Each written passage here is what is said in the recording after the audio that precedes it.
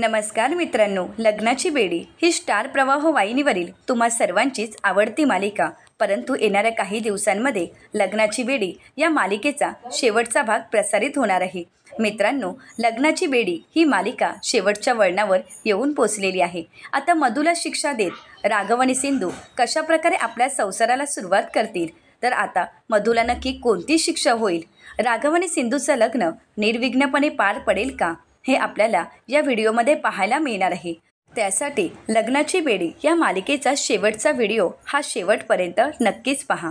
मित्रांनो, आतापर्यंत आपण पाहिलं होतं की मधू या नावाच्या दैत्याचा अंत करण्यासाठी सिंधू आणि राघव सोबत रुक्मिणी काकूही सामील झालेले असतात.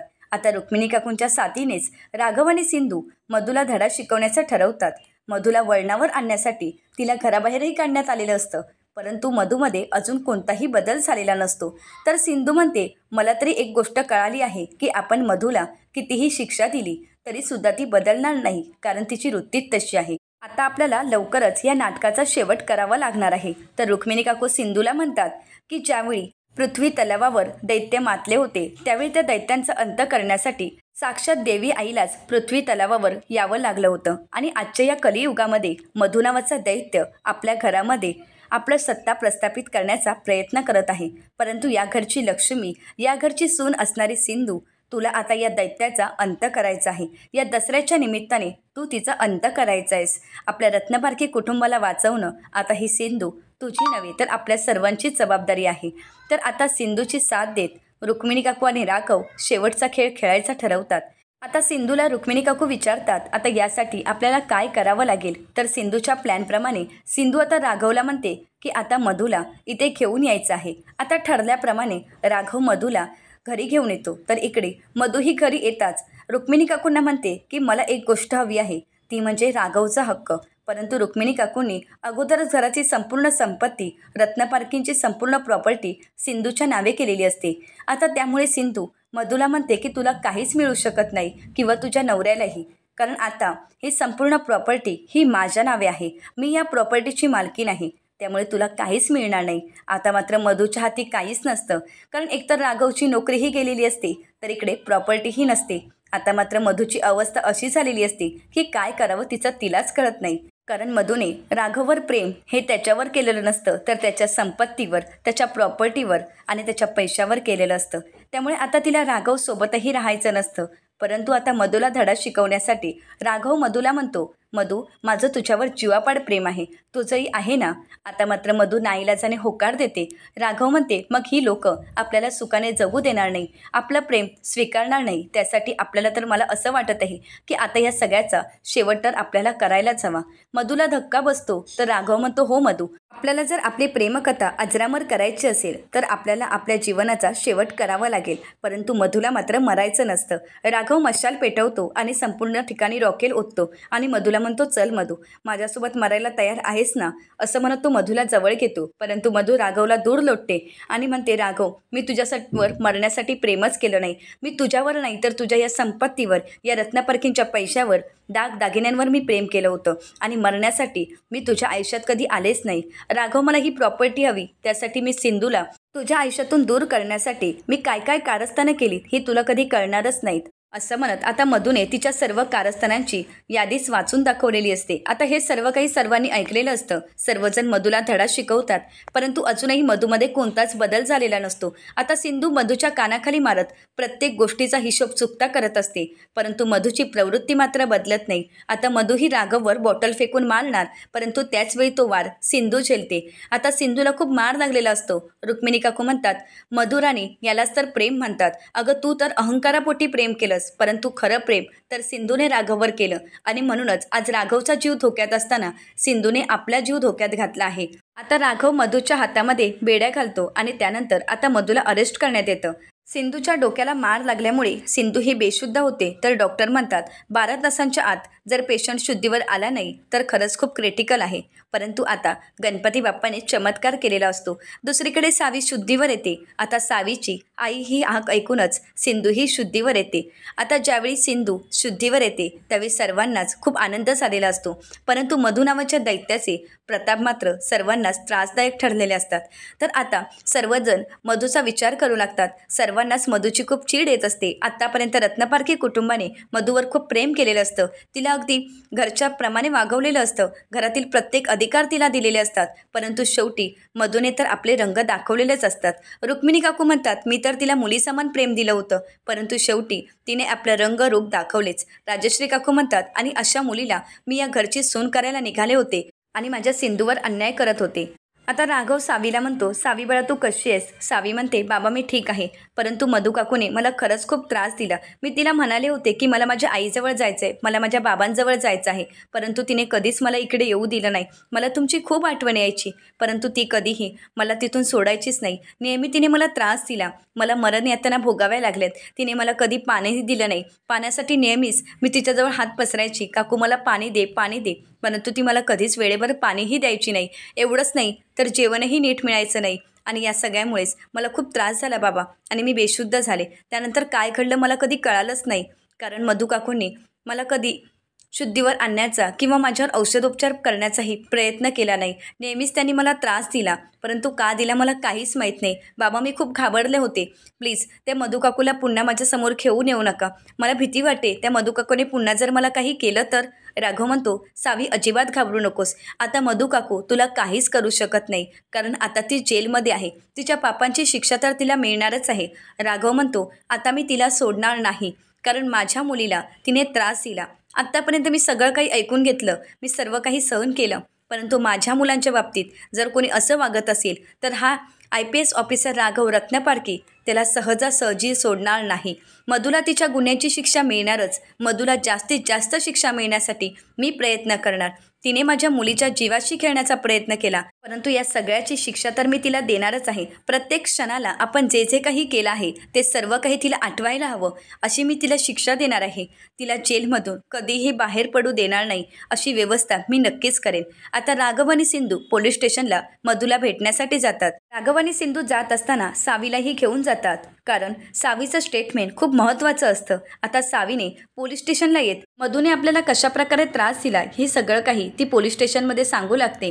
आता सावीचं स्टेटमेंट हे सर्वात महत्त्वपूर्ण ठरतं, कारण एका लहान मुलीला त्रास दिल्यामुळे मधूला जास्तीत जास्त शिक्षा होऊ शकते हे राघवला चांगलंच माहीत असतं, आणि म्हणूनच राघव आता सावीला पोलीस स्टेशनला घेऊन येतो. तर सिंधू ही मधूला भेटण्यासाठी जाते आणि जाताना मधूला पाणी घेऊन जाते, परंतु मधूला ती पाणी देत नाही. मधू पाणी मागत असते, परंतु सिंधू म्हणते, नाही मधू, मी तुला पाणीही देणार नाही. अशीच अवस्था तू माझ्या मुलीचीही केली होतीस ना, जेव्हा ती तुझ्याजवळ पाणी मागत होती, जेव्हा ती जेवण मागत होती, परंतु कधीच तिला तू काही दिलं नाहीस. माझ्या पोरीला तू उपाशी मारलंस, माझ्या पोरीच्या जीवाशी खेळलीस, परंतु आज तुझी ही अवस्था पाहून मला खरंच खूप आनंद वाटत आहे.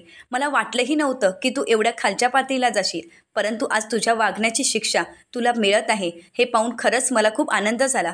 असं म्हणत आता सिंधू हसू लागते, परंतु आता नकळतच मधू ही सिंधूच्या समोर येते आणि सिंधूचा गळा दाबत म्हणते, सिंधू तुला काय वाटलं तू जिंकलीस? नाही, ही मधू तुला कधीही जिंकू देणार नाही, कारण काही झालं तरी मधू ही नेहमीच विजयी होते आणि आजही माझाच विजय होणार आहे.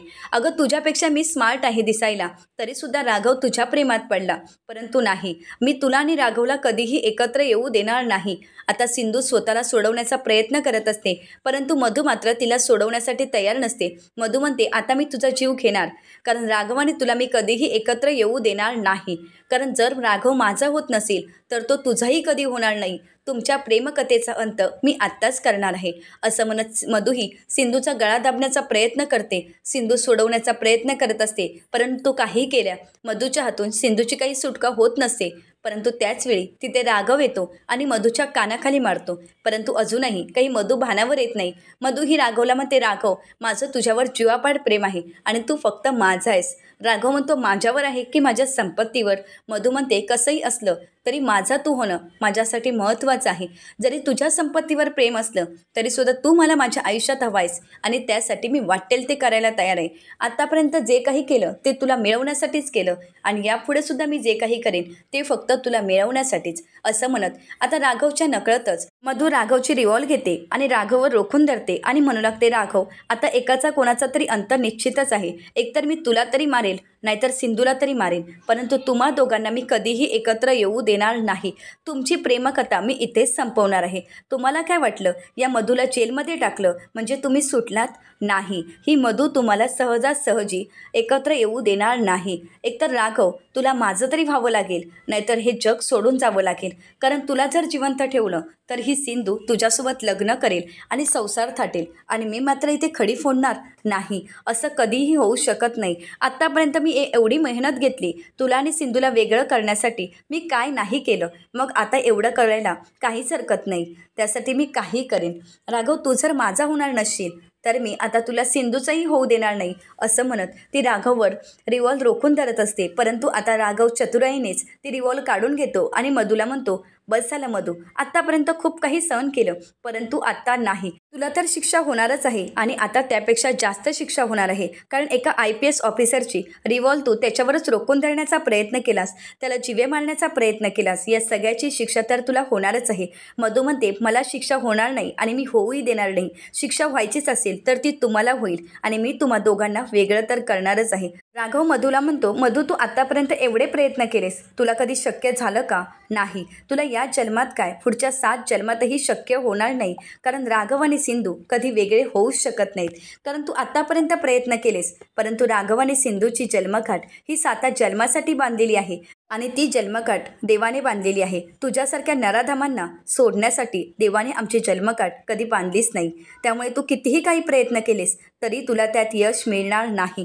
मधू म्हणते, राघव, तू माझा होणार नशील तर मी तुला कोणाचाही होऊ देणार नाही. तर राघव मधूला म्हणतो, मधू, तुझे गुन्हे तर खूप मोठे आहेत. तू माझ्या मुलीला त्रास दिलास, माझ्या मुलीचं आयुष्य उद्ध्वस्त करण्याचा प्रयत्न केलास, तिला मारण्याचा प्रयत्न केलास. तुझा हा एवढा मोठा गुन्हा तर आहेच, तो तर पुरेसा आहे. परंतु आज तुझ्या पापांमध्ये अजून वाढ झाली आहे, तुझ्या गुन्ह्यांमध्ये वाढ झाली आहे. अगं, तुझ्या पापाचा घडा तर भरलाच आहे, परंतु तुझ्यासाठी तो कमीच आहे. कारण कितीही मोठा घडा दिला तरी तो तुझ्या पापांसाठी कमीच पडणार आहे. कारण आत्तापर्यंत तुझी पापं केली आहेस ती सर्वांसमोर आलीच आहेस. तू माझ्या मुलीला, माझ्या मुलाला माझ्यापासून दूर करण्याचा प्रयत्न केलास. एवढंच नाहीस तर तू माझ्या बायकोला, माझ्या सिंधूला माझ्यापासून दुरावण्याचा प्रयत्न केलास. परंतु काय झालं? यश मिळालं का कधी? आणि ते तुला मिळणारही नाही. कारण असत्याचा मार्ग कधीही विजयी होत नसतो मधू. परंतु तुला सांगून काहीच उपयोग नाही, कारण तुझी वृत्ती कधी बदलणारच नाही आहे. तुला वाटत असेल की मी दिसायला खूप स्मार्ट आहे आणि मलाही मान्य आहे की तू दिसायला स्मार्ट आहेस, परंतु मधू, या जगात दिसणं हे फक्त महत्त्वाचं नाही तर माणसाचं मन महत्त्वाचं आहे.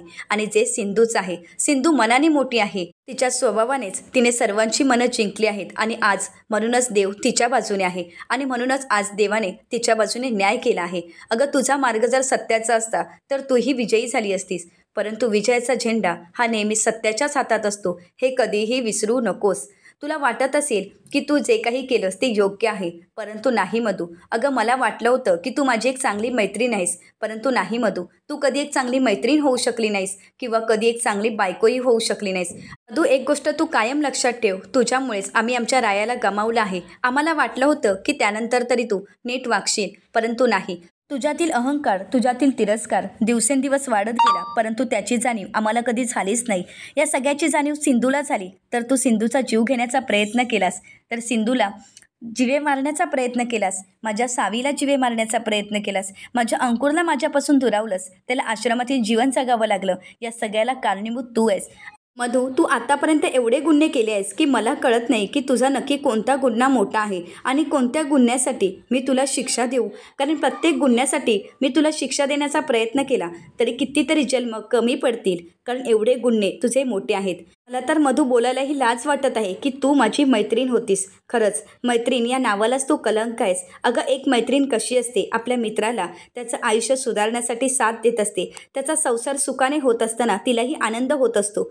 परंतु तू तर आमचा संसार मोडायला निघालीस, आम्हा दोघांना वेगळं करण्याचा प्रयत्न केलास. तू घरातील प्रत्येकाचा विश्वास जिंकलास, परंतु शेवटी असत्याचा अंत होतो हेच खरं आहे. तू कितीही काही करण्याचा प्रयत्न केलास तरीसुद्धा सत्यासमोर तुला टिकताही आलं नाही आणि शेवटी तुझं अंत करण्यात आम्हाला यश आलं आहे. आता तू कितीही प्रयत्न कर, परंतु एक police officer, IPS officer Raghav Ratnaparkhi तुला काही झालं तरी शिक्षा देणारच. तुझी सहजासहजी सुटका होणार नाही आणि आता तुला जन्मठेप मिळण्यासाठी मी प्रयत्न करेन. तर मधू म्हणते, राघव मी असं कधीच होऊ देणार नाही, कारण तुम्ही दोघांनी एकत्र येऊ नये यासाठी मी खूप प्रयत्न केलेत. माझा जीव गेला तरी चालेल, परंतु मी तुम्हाला एकत्र येऊ देणार नाही आणि सिंधू तुझी कधीही होऊ शकत नाही. तर राघव म्हणतो, हेच ना, हीच तुझी गुरमी आहे, आता हीच मला उतरवायची आहे. नाही जर तुझ्या समोरच सिंधूच्या हातात लग्नाची बेडी घातली तर नावाचा राघव रत्नापारखी नाही. आता तुझ्या समोरच मी राघव रत्नापारखी सिंधूसोबत लग्न करणार आणि सिंधू ही राघव रत्नापारखी यांची बायको होणार. तर तुझ्या हातामध्ये असतील त्या म्हणजे गुन्ह्याच्या बेड्या आणि आता राघव तुला चॅलेंज करत आहे. तर दुसरीकडे पाहायला मिळतं राघवच्या लग्नाची तयारी अगदी जय्यत चालू असते.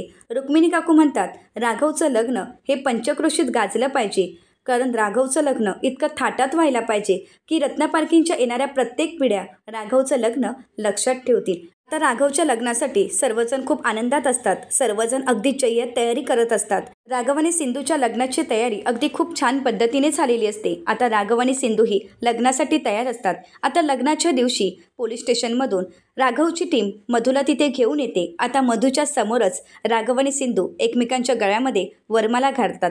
आता मात्र मधूचा जळफळाट होत असतो. तर राघव सिंधूचा हात हातात घेतो आणि मधूच्या समोर येत म्हणतो, मधू, आज तुझ्या समोरच मी सिंधूच्या गळ्यात मंगळसूत्र घालत आहे.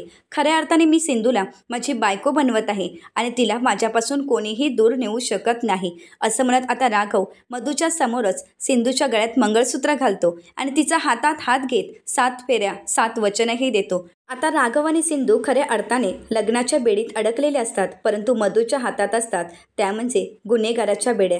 ज्या मधूने राघवसोबत लग्न करून राघवसोबत लग्नकाठ बांधण्याची, राघवसोबत लग्नाची बेडी घालायचे स्वप्न पाहिलेलं असतं, परंतु त्याच राघवने आता मधूच्या हातात लग्नाची बेडी न घालता तिने केलेल्या प्रत्येक गुन्ह्याची बेडी मधूच्या हातात घातलेली असते. आता कोर्टामध्ये मधूला हजर केलं जातं. आता मधूची केस लढायला कोणतेही वकील तयार नसतात. तर दुसरीकडे राघवने मधूच्या विरोधातील सर्व पुरावे कोर्टामध्ये सादर केलेले असतात. आता एवढे असंख्य पुरावे पाहून कोर्टाला नक्की मधूला कोणती शिक्षा सुनवावी हे काहीच कळत नाही, परंतु शेवटची शिक्षा असते ती म्हणजे जन्मठेपेची आणि तीच शिक्षा मधूला सुनावण्यात येते. आता मधूला जन्मठेप झालेली असते. आता पोलीस मधूला घेऊन जातात. तर दुसरीकडे आता राघव, सिंधू, सावी आणि अंकुर मधूच्या समोर येऊन उभे राहतात. आता सिंधू ही मधूला म्हणते, मधू, पाहिलंस ना, मी तुला म्हणाले होते तू कितीही काही प्रयत्न कर, परंतु आमचं कुटुंब तू कधीही तोडू शकत नाही. आज तुझ्यासमोर रत्नापारखी कुटुंब उभं आहे, राघवचं संपूर्ण कुटुंब उभं आहे आणि आज आमचं चौकोनी कुटुंब एकत्र आलं आहे आणि त्यासाठी तू काहीही करू शकली नाहीस. तू कितीही प्रयत्न केलेस तरीसुद्धा शेवटी बाप्पाने आमची साथ दिली आणि आज गणपती बाप्पाच्या आशीर्वादानेच आमचं हे चौकोनी कुटुंब एकत्र आलं आहे. आता मधू रागाने सिंधू आणि राघवकडे पाहू लागते. तर त्यानंतर पोलीस मधूला तिथून घेऊन जातात. तर दुसरीकडे सिंधूच्या गृहप्रवेशाची खूप जय्यत तयारी केलेली असते. आता सर्वजण सिंधूचा गृहप्रवेश करतात. रुक्मिणी काकू म्हणतात, खऱ्या अर्थाने सिंधू या रत्नापारखी घराण्याची सून आहे, लक्ष्मी आहे आणि आज या लक्ष्मीचा गृहप्रवेश अगदी थाटातच झाला पाहिजे. सर्वजण सिंधूचा गृहप्रवेश करतात आणि सर्व रत्नापारखी कुटुंब एकत्र येतात आणि आपला फॅमिली फोटो काढतात. आता राघवचं चौकोनी कुटुंब एकत्र येत संपूर्ण आनंदाच्या वातावरणामध्ये असत्याचा विजय करत, सत्यावर विजय प्राप्त करत आता लग्नाची बेडी या मालिकेने निरोप घेतलेला असतो. आता ही लग्नाची बेडी स्टार प्रवाहावरील तुम्हा सर्वांची आवडती मालिका तुम्हाला कशी वाटली हे कमेंट करून नक्कीच कळवा आणि आजचा एपिसोड कसा वाटला हेही कमेंट करून कळवा. आजचा एपिसोड जर तुम्हाला आवडला असेल तर व्हिडिओला लाईक करायला विसरू नका आणि हो, व्हिडिओ पाहिल्याबद्दल तुम्हा सर्वांचेच अगदी मनपूर्वक धन्यवाद.